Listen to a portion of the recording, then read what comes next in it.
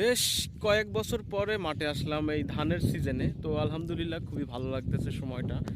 আর এরকম একটা খোলামেলা পরিবেশে আলহামদুলিল্লাহ ভালো লাগাটাই স্বাভাবিক। এবং আমার কাছে সবথেকে ভালো লাগতেছে এটা, আমি তো কখনো মাঠে আসি না।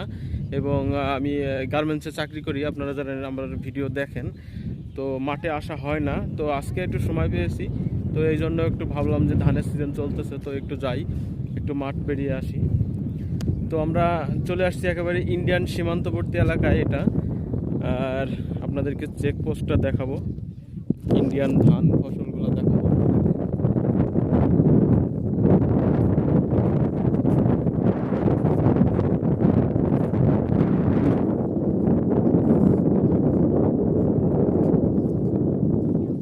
এই যে পিলারটা দেখতে পাচ্ছেন, এটা হচ্ছে ইন্ডিয়া, এক সাইডে বাংলাদেশ লেখা আছে আর এক সাইডে ইন্ডিয়ান লেখা আছে।